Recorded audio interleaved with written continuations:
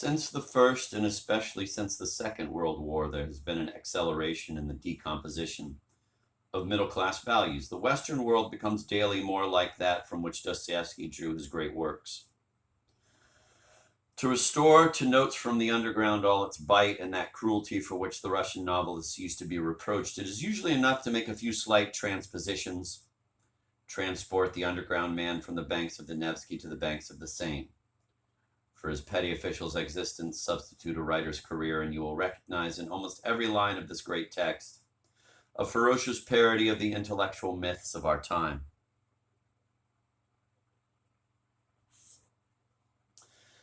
Doubtless one remembers the letter which the underground man was going to write to the officer who insulted him. This letter is a disguised appeal to the mediator. The hero turns to his beloved persecutor as the faithful toward his God, but he wants us to think, and he convinces himself, that he is turning away from him in horror. Nothing can be more humiliating to underground pride than this appeal to the other. For this reason, the letter contains only insults. This dialectic of appeal, which denies that it is an appeal, can be found in contemporary literature. To write, and especially to publish a work, is to appeal to the public, to sever by a unilateral gesture the bond of indifference between self and other. Nothing is as humiliating to underground pride as that initiative. The aristocrats of former times had already sensed that there was something common and low in a literary career which did not go well with their pride.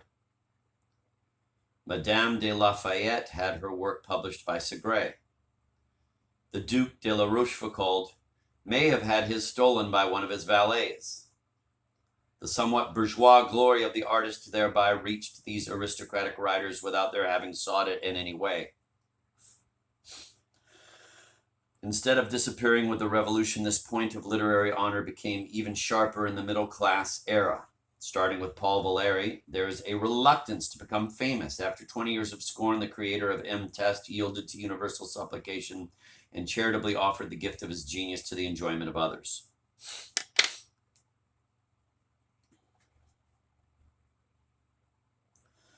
The proletarianized writer of our times has neither influential friends nor valets at his disposal.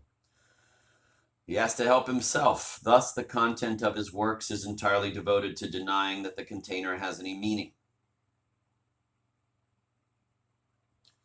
We have reached the stage of the underground letter. The writer makes an anti-appeal to the public in the shape of anti-poetry, anti-novel, or anti-play. One writes in order to prove to the reader that one does not care about him. The main thing is to make the other taste the rare, ineffable, and fresh quality of one's scorn for him.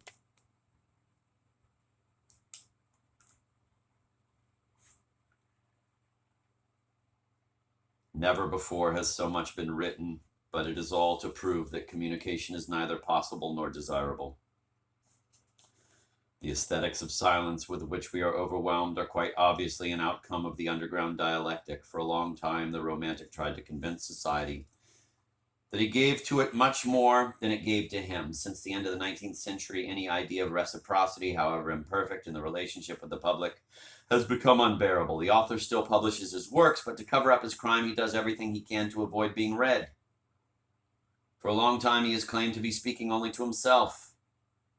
Today, he claims to be speaking without anything to say.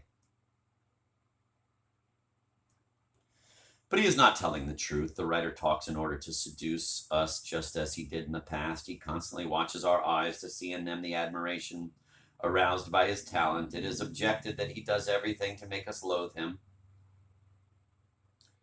This may be true, but the reason is that he is no longer able to pay court to us openly. First, he has to convince himself that he is not trying to flatter us. Thus, he courts us negatively, like Dostoevsky's tortured characters.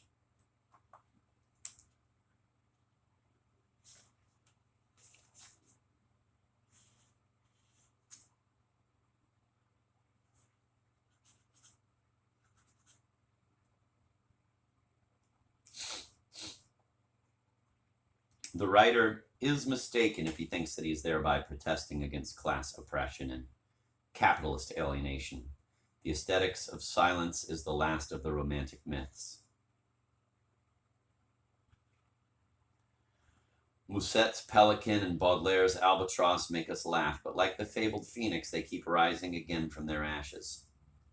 Within 10 years, we will see in L'Écriture Blanche and its Degré Zero yet more abstract, yet more ephemeral and stunted transformations of the pompous, romantic birds.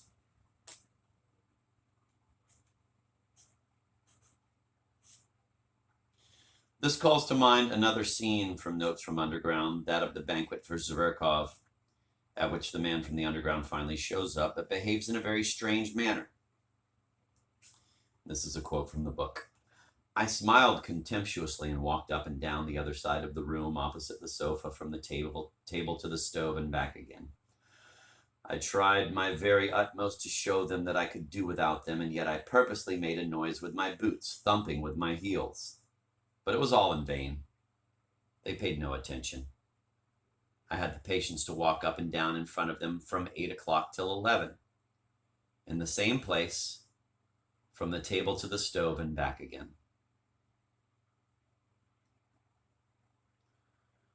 Many contemporary works resemble this endless walking up and down. If we really could do without them, we would not stamp up and down on the floor with our heels, but we would go back into our room. We are not strangers, but rather bastards in the Sartrean sense. We pretend we are free, but we are not telling the truth. We are hypnotized by ridiculous gods, and our suffering is doubled by the knowledge that they are ridiculous. Like the man from the underground, we gravitate around these gods in a comfortless orbit fixed by the balance of contrary forces. This is true, too, of Alceste.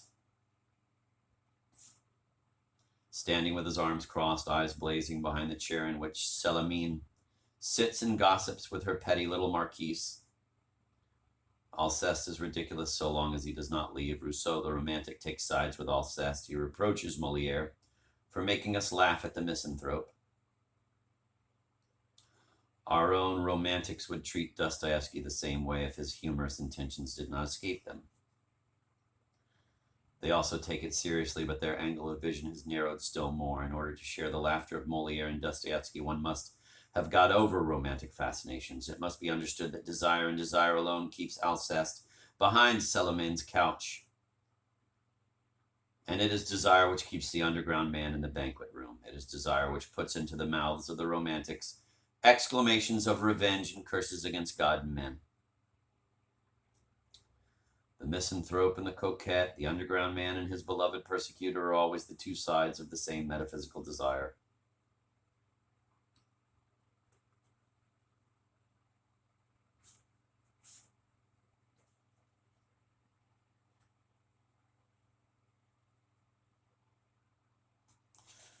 True genius transcends these deceptive oppositions and makes us laugh at one as much as the other.